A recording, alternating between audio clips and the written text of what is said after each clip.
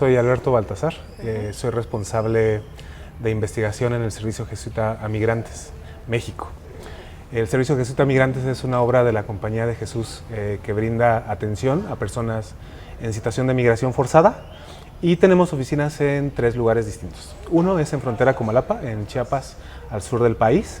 Otra oficina es en Ciudad de México, donde también está, digamos, como la oficina administrativa, de incidencia y de investigación. Y tenemos una oficina que abrimos hace un año, si mal no recuerdo, en conjunto con el Servicio Jesuita de Refugiados en Ciudad Juárez, Chihuahua. Y justo pues las oficinas están colocadas estratégicamente para poder atender a las personas en situación de migración forzada que más lo necesitan y en los lugares en donde no todas las personas u organizaciones desean estar. Lo que nos hemos dado cuenta desde un inicio, justo cuando se conformó como este equipo de personas de distintos ámbitos, fue que las categorías con las que pensábamos la migración ya no encajaban, ¿no? O sea, en el caso del SJM, por ejemplo, llegan personas que salieron por no tener trabajo, pero que también salieron porque la Mara las estaba amenazando. Entonces eso, por ejemplo, en términos metodológicos, generó un conflicto porque tradicionalmente habíamos separado, los estudios de migración habían separado a las personas que salían por una cuestión meramente voluntaria, asociada con la parte económica, y por un lado, ¿no? Y se les llama migrantes económicos, y por otro lado están las personas que salieron por cuestiones de violencia y que se les denomina más con personas con necesidades de protección internacional o solicitantes de refugio. Sin embargo, pues la realidad en Centroamérica y con los aportes de investigadores que están en Centroamérica, lo que nos permiten ver es que ya las personas acumulan un conjunto de causas que les llevan a salir. Entonces es la economía, pero también es una salud precaria, pero también es la violencia del crimen organizado, o la violencia intrafamiliar, o la violencia de género. Es decir, en las personas se juntan un conjunto de características socioculturales, políticas, económicas, que hacen que las investigaciones tengan que pensarse desde otro momento, desde otro espacio, desde otro lente. Y por otro lado, las dinámicas de migración en México también han cambiado mucho, porque tradicionalmente, por ejemplo, se pensaba que México era un país expulsor de mexicanos y mexicanas que iban principalmente a Estados Unidos, pero ahora, debido al endurecimiento de las políticas migratorias, pues las personas se han tenido que estar quedando, ¿no? Entonces México se ha convertido de alguna manera en un país de destino, y yo diría forzado. Y por otro lado, en últimos años, no tanto de los últimos años, pero desde 2006, por ejemplo, con todo el inicio de la llamada guerra al narcotráfico, pues también ya las personas mexicanas han estado teniendo que salir de sus lugares de origen. Entonces, por ejemplo, unas rutas migratorias que considerábamos que solamente las circulaban personas extranjeras sin documentos, ahora son circuladas también por personas mexicanas que pueden tener documentos, pero que también salieron por cuestiones de violencia, ¿no? Entonces, digamos, ya los flujos migratorios se han convertido en lo que algunos organismos o académicos han llamado de flujos mixtos. Llamémosle la red de atención o de organizaciones promigrantes no es algo nuevo, ¿no? De hecho, los primeros ejercicios o proyectos de recepción, de solidaridad, de hospitalidad con personas migrantes iniciaron desde los 70s en el contexto de la guerra civil en Centroamérica y particularmente con el desplazamiento forzado de personas guatemaltecas, ¿no? Que se instalaron principalmente en la zona sur de México, Chiapas, Quintana Roo, Campeche. Sin embargo, lo que sí ha sido un cambio muy importante y que fue al inicio del siglo XXI es el incremento en el número de personas que comenzaban no a instalarse en el sur del país, sino a estar transitando por todo el país. Entonces esto lo que ocasionó fue que todas estas organizaciones o colectivos de ayuda a personas migrantes se establecieran a lo largo de todo el país y muy cercanos a las rutas migratorias por donde pasaban las personas migrantes. Ahora estas rutas migratorias estaban muy ligadas al uso del tren de carga, ¿no? Comúnmente conocido como la Bestia. Sin embargo, con el endurecimiento de las políticas migratorias, la implementación de retenes a lo largo de las vías o en patios donde descargaban los trenes y se podían subir las personas migrantes, las personas comenzaron, digamos, a buscar nuevos caminos. Entonces ya no era nada más la vía del tren, era el cerro, eran barrancas, eran montañas, ríos, y actualmente, pues como se ha visto en las noticias, cada vez más viajan, por ejemplo, también en el interior de tráileres o de camionetas, o utilizan Ubers, ¿no? Entonces, digamos, el flujo de las personas se ha pues recorrido a muchos otros espacios, ya no los tradicionalmente pensados.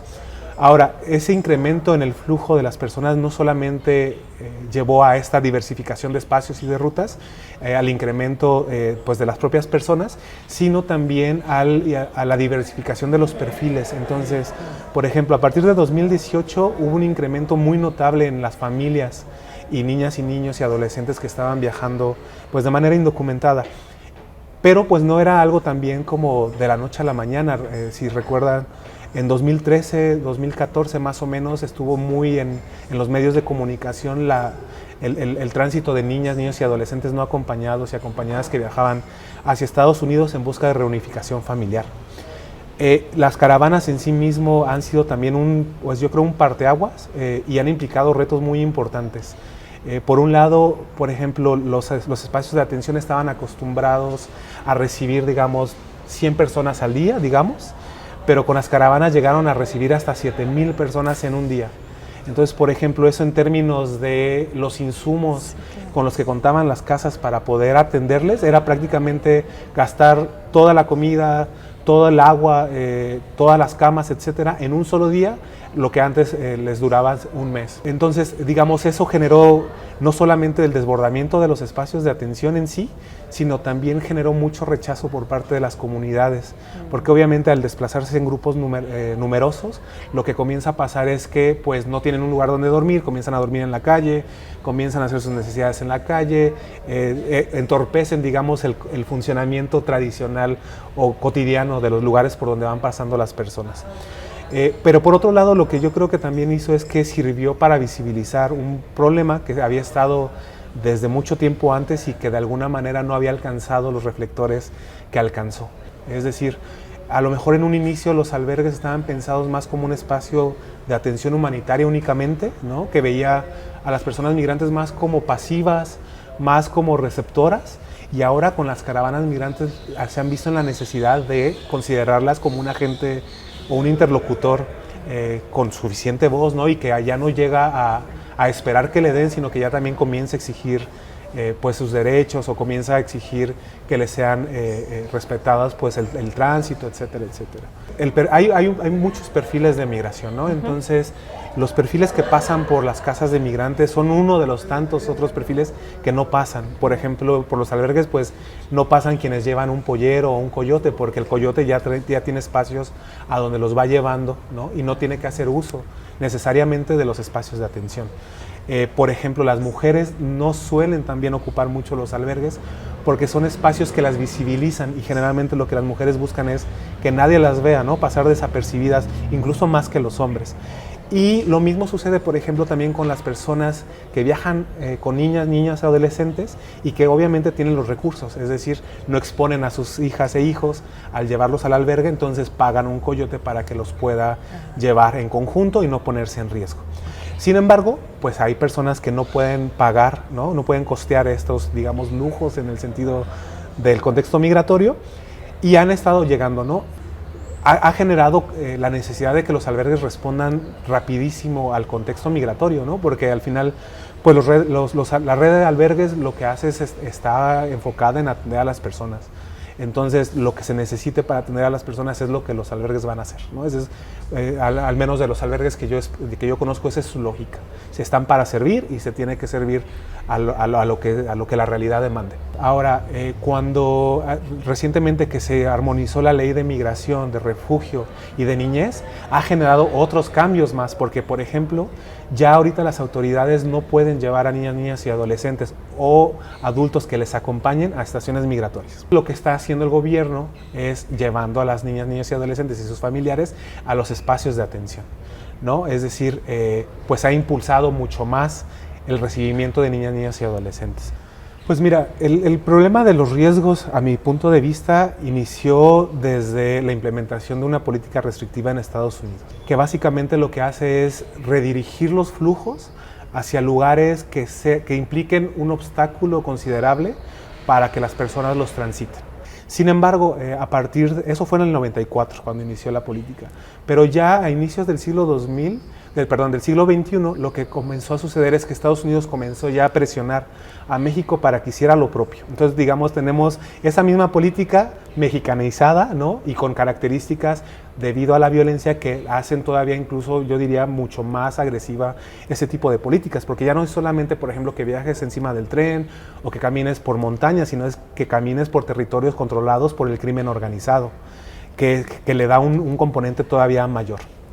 Y eso es lo que alcanzamos a ver, ¿no? Porque, por ejemplo, nosotros que tenemos el programa de búsqueda, pues igual nos llega un perfil muy particular de personas o de familiares que se toman el tiempo o que se animan a buscar a sus familiares, pero pues no hay un aproximado verdaderamente objetivo de cuántas personas no son buscadas y que han fallecido a lo largo de las rutas migratorias y pues nadie sabe de ellos. Esa es otra cosa. Ahora, por otro lado, creo que también algo que define mucho el perfil de personas desaparecidas que aborda el SJM es que gran parte de las solicitudes de búsqueda vienen desde Estados Unidos. Es decir, y eso fue un descubrimiento justo de este informe, es que buscan más las personas que están en Estados Unidos y la hipótesis es que es porque tienen más dinero, porque tienen el acceso, ¿no? O sea, generalmente pues van a vivir en una ciudad con medios de comunicación, con internet, etcétera, a diferencia de lo que sucede en Centroamérica, donde las personas pues pueden venir de zonas muy inhóspitas, donde a lo mejor no hay comunicación o hay muy poca señal, por ejemplo, de teléfono o incluso no hay nada, ¿no? La decisión que se ha tomado es que no estamos en condiciones de poder hacer búsqueda en terreno, ni poder jalar casos donde se tenga o se sospeche que está implicado el crimen organizado o incluso las autoridades, obviamente por cuestiones de seguridad del equipo, ¿no? En ese caso, lo que nosotros hacemos es canalizar a las personas, justo a las instituciones de gobierno, que pueden o que están en posibilidades de afrontar ese tipo de riesgos, ¿no? Que son en este caso las fiscalías, las comisiones de búsqueda, y por otro lado a quienes son responsables de hacer esa búsqueda, porque por otro lado, si algo ha tenido presente el SJM es no buscar hacer las acciones del Estado, sino hacer lo que se necesita para que las personas pues tampoco se vean más expuestas de lo necesario, pero siempre señalando que es responsabilidad del Estado asumir esta responsabilidad y buscar y hacer todo lo necesario para lograr encontrar a las personas.